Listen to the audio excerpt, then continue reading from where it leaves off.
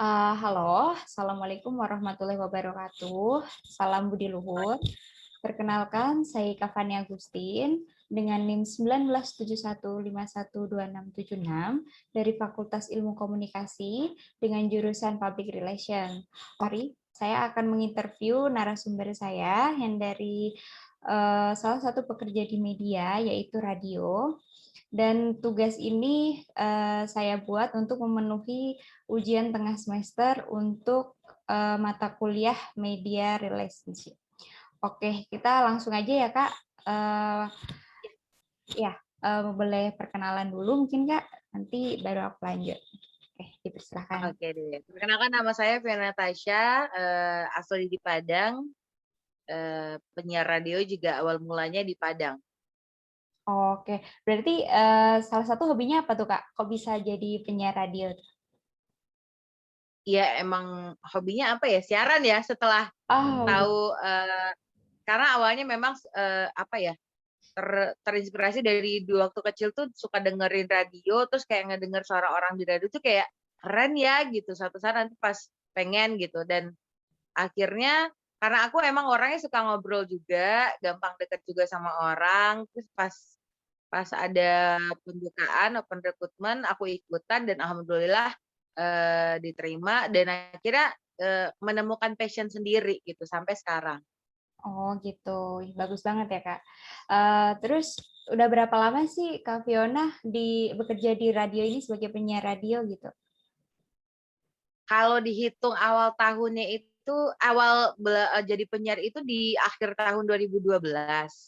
Oh, Tapi aku sempat, ibaratnya putus nyambung lah, ibaratnya putus nyambung karena, di tahun 2013 aku vakum karena merantau, cari kerja di Jakarta, habis itu, siaran lagi pas aku di Bali, tahun 2014 oh, gitu, tahun 2014 akhir ke 2015 aku siaran di Headline FM Gianyar, Bali, hmm. terus ya, habis itu pindah ke Tasikmalaya, siaran juga, di akhir tahun juga sih, udah mau akhir tahun. Jadi aku, apa ibaratnya itu ya, interaksi dulu sama lingkungannya, cari tahu dulu, udah mulai jenuh sama kerjaan kan kita nggak mungkin, full kerja aja kan, pasti ada yang namanya passion untuk biar, hati itu seneng lagi, gembira lagi gitu. Nah aku memang di hari liburnya siaran. Nah jadi berapa bulan kerja kita cari tahu dulu, akhirnya ngelamar lagi, keterima lagi, siaran lagi, itu di Tamala FM, Tasikmalaya, Oh, oke oke. gitu. Oh Habis lumayan. itu iya, sempet vakum tuh, dari tahun 2017 sampai 2018 aku sempet vakum. Baru siaran lagi di OS Radio Bali itu akhir 2018.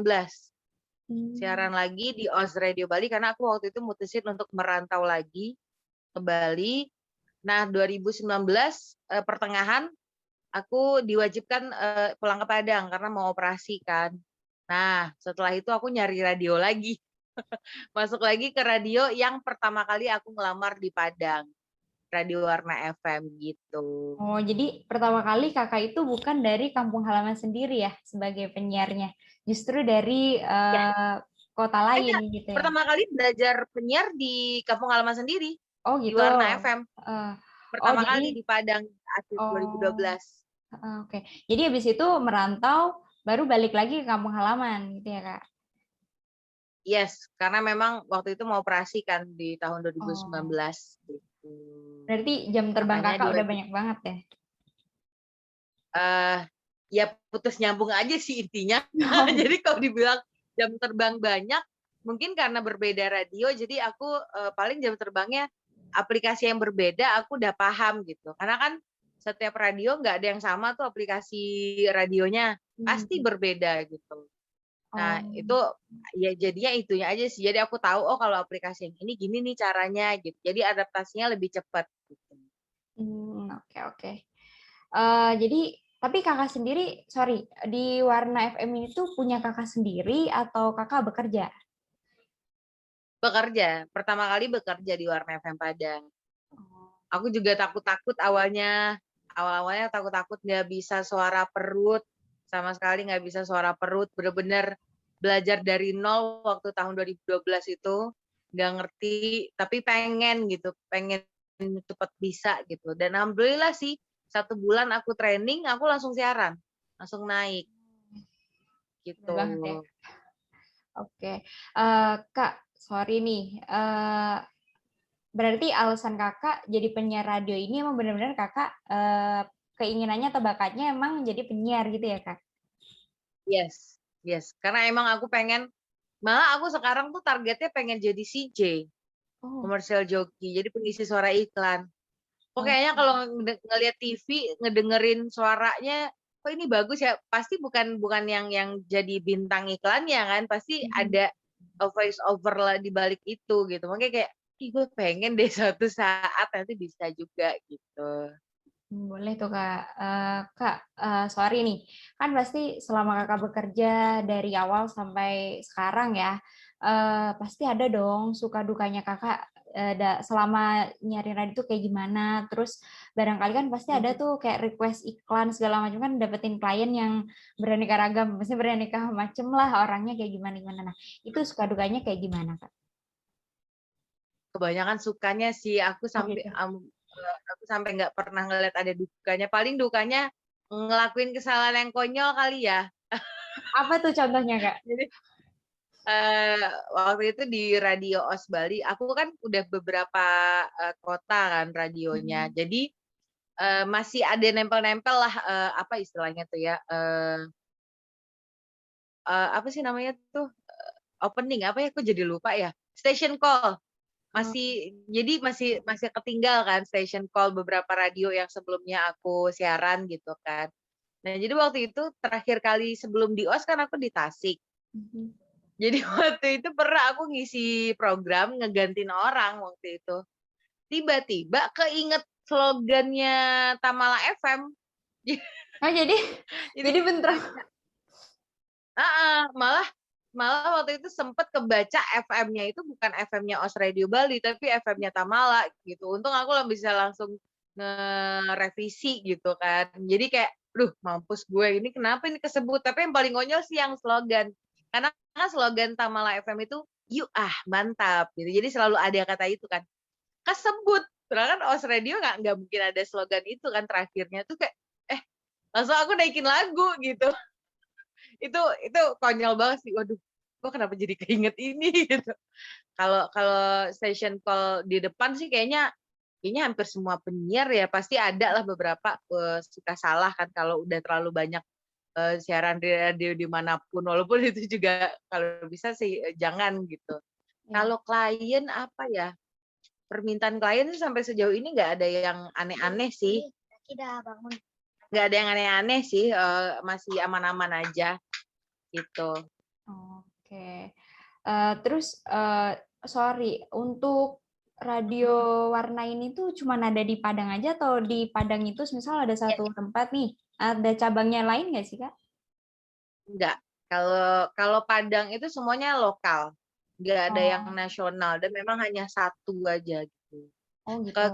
Kecuali ada partner sih, jadi kayak di Warna FM kan ada pemiliknya tuh ada 2 radio, Hmm, namanya Pro Group, tapi radionya itu ada 2, ada Radio Warna sama Radio Pro News, paling itu aja. Jadi maksudnya kepemilikannya satu orang, tapi ada mhm. beberapa radio nama. Cuman kalau cabang dengan nama yang sama nggak ada. Oh gitu. Aku kirain kayak di Padang ada sendiri tuh. Jadi satu wilayah itu ada beberapa beberapa radionya itu ada beberapa cabangnya gitu. Jadi cuma satu Nggak ya. ada sih, nggak ada. Cuma Oh, satu. Kalau di OS baru, kalau OS kan nggak cuma di Bali, ada Jakarta, Bandung, sama Aceh iya. juga gitu kan. Kalau Warna nggak ada, cuma di Padang. Oh gitu. Jadi dari sekian tempat kerja kakak nih, radio mana yang paling berkesan buat kakak sampai sekarang? OS sih, OS. Karena aku paling banyak belajar dan bisa dibilang aku kayak jadi belajar dari awal. Karena kan jeda aku dari Tasik ke OS itu 2 tahun kan. Karena aku sama bilang tadi aku sempat vakum selama 2 tahunan gak siaran. Jadi aku bener-bener belajar dari awal dan ternyata kesalahan yang selama ini aku siaran dari Warna sampai Tamala tuh aku dibilang itu suatu yang salah gitu. Nah di OS baru dibilang itu salah. Jadi aku banyak belajar sih di OS gitu. Jadi paling berkesannya juga di OS karena aku hampir dibilang hampir tiap hari karena waktu itu emang aku nggak kerja distributor lagi kan. Jadi memang pure di radio. Jadi aku hampir tiap hari mungkin dalam sehari itu bisa 3 kali suara aku naik. Tapi alhamdulillah si Ozars nggak pernah bosen. Karena kan ada juga yang kalau kata penyiar sih, lu pernah di WA nggak sama pendengar? WA apa Mbak? Ya di WA gitu, lu mulu yang siaran gitu. Enggak sih, nggak pernah dikomplain aku bilang gitu. Karena emang ada pengalaman penyiar lain tuh pernah dikomplain gitu. Oh, jadi kayak segala kontak personnya penyiar itu di-share berarti ya di media online misal nih. Enggak, Ah. bukan ini kontak WhatsApp-nya radio. Oh gitu, jadi semua komplainan dari para pendengar radio itu masuknya ke situ semua, gitu ya Kak? Yes. Misalnya nih kita suka puterin lagu-lagu galau tuh tiba-tiba ada aja tuh WA dari pendengar. Kok ini lagunya lagu galau semua gitu.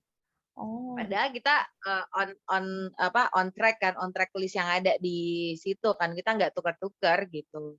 Cuma yang ada di list ya udah itu kita puterin gitu. Makanya oh ya udah deh kalau ya karena akhirnya kita puterin yang bikin apa sih bikin semangat gitu. Jadi emang pendengar itu kalau memang ada komplain ataupun kayak request lagu kan memang via WhatsApp, via Line. Tapi memang kontaknya radio kan, jadi ada handphone sendiri khusus gitu.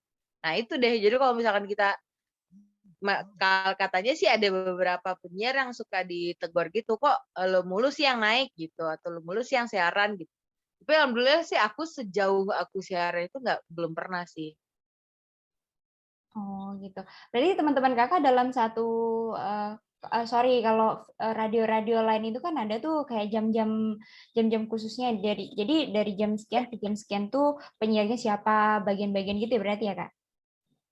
Iya betul sekali. Kan ada kalau di radio kan ada istilahnya prime time, Ya, regular time. Kalau ya prime time benar-benar. itu 6 sampai 10 pagi, kalau yang sorenya 3 sampai jam 7 malam. Itu jadwal prime time sih. Itu aku rasa sih senasional juga pasti nganggapnya jam segitu yang prime time gitu. Selebihnya reguler. Ya sih, tapi selama ini belum ada yang komplain aneh-aneh ya Kak, cuman paling kayak lagu Belum. tentang gitu-gitu aja ya. Ya paling gitu aja sih. Karena aku kayak pagi itu duet siarannya. Terus yang siaran aku asli itu siang. Terus ntar malam aku duet lagi gitu. Jadi mungkin karena duet kali ya, bukan yang sendiri terus menerus gitu. Mungkin ya itu juga sih kali ya salah satu ininya. Tapi nggak pernah ada komplainan yang gimana sih gitu. Tapi kalau buat radio itu biasanya kan buat menampilin iklan tuh Kak, kan ada konsumen-konsumen eh, Kakak yang oh ya udah kita mau nih bikinin iklan dong tentang produk ini itu. Nah, itu sistemnya kalau radio kayak gimana sih Kak? Bisa tolong dijelasin Kak? Sistem untuk iklannya berarti ya. Iya, benar-benar. Kalau untuk iklannya kebetulan aku juga karena marketing radio, jadi kalau iklan tergantung price list yang diberikan sama pihak manajemen sih, Mbak. Jadi misalnya nih kayak spot berapa sih nominalnya, spot 1 kali tayang, adlibs, produksi spot. Nah biasanya dari price list standar yang kita udah bikin atau manajemen bikin, nanti aku bikin lagi nih standar paket. Nah, nanti dari paket itulah klien bisa milih nih mau paket yang mana. Misalnya ada paket yang ada spot aja, terus nanti dikasih free produksi spot atau misalkan ada spot sama adlibs atau spot sama talk show gitu. Jadi kita berikan beberapa opsi sih buat klien paket-paketnya mana yang mau dipilih sesuai dengan kebutuhan. Kalau untuk menawarkan ya intinya tergantung dari tempat yang kita tawarin sih. Ada misalnya lewat email dulu nih, kita penawaran dulu. Ntar kalau oke, baru ketemu, baru ngobrol, apa yang nggak paham kita jelasin. Nanti kalau memang deal, baru kita lanjut gitu. Kalau ada juga kalau misalkan kontraknya setahun, ya udah kita bikin kontrak tertulis. Tapi kalau cuman tayangnya 1 bulan aja, biasanya kita langsung invoice aja sih, langsung pembayaran gitu aja, nggak yang harus kontrak gitu. Karena kan cuma 1 bulan aja tayangnya gitu sih. Oke oke, thank you banget ya Mbak.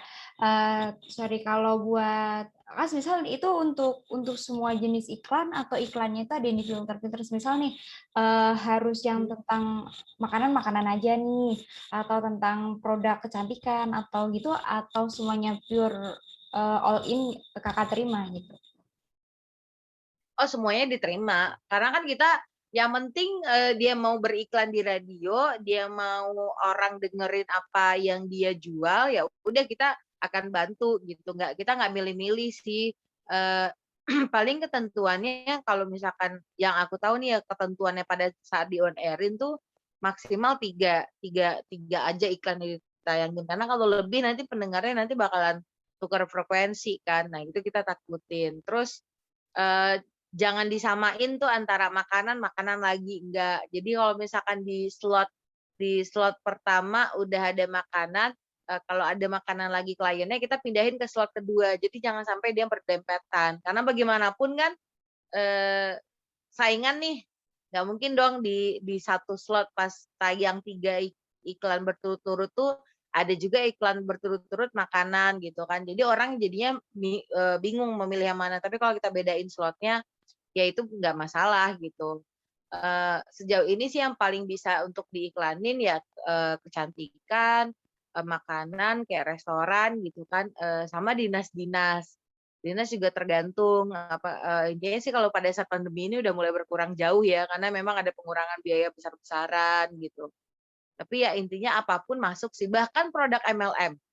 Aku aja pernah, ngiklanin dapat klien itu, karena aku lagi berobat gitu kan, dokternya nanya dan dia juga lagi ikut MLM, apa sih yang untuk, eee, eco racing, itu diiklanin. Padahal kita sama-sama tahu eco racing itu MLM gitu.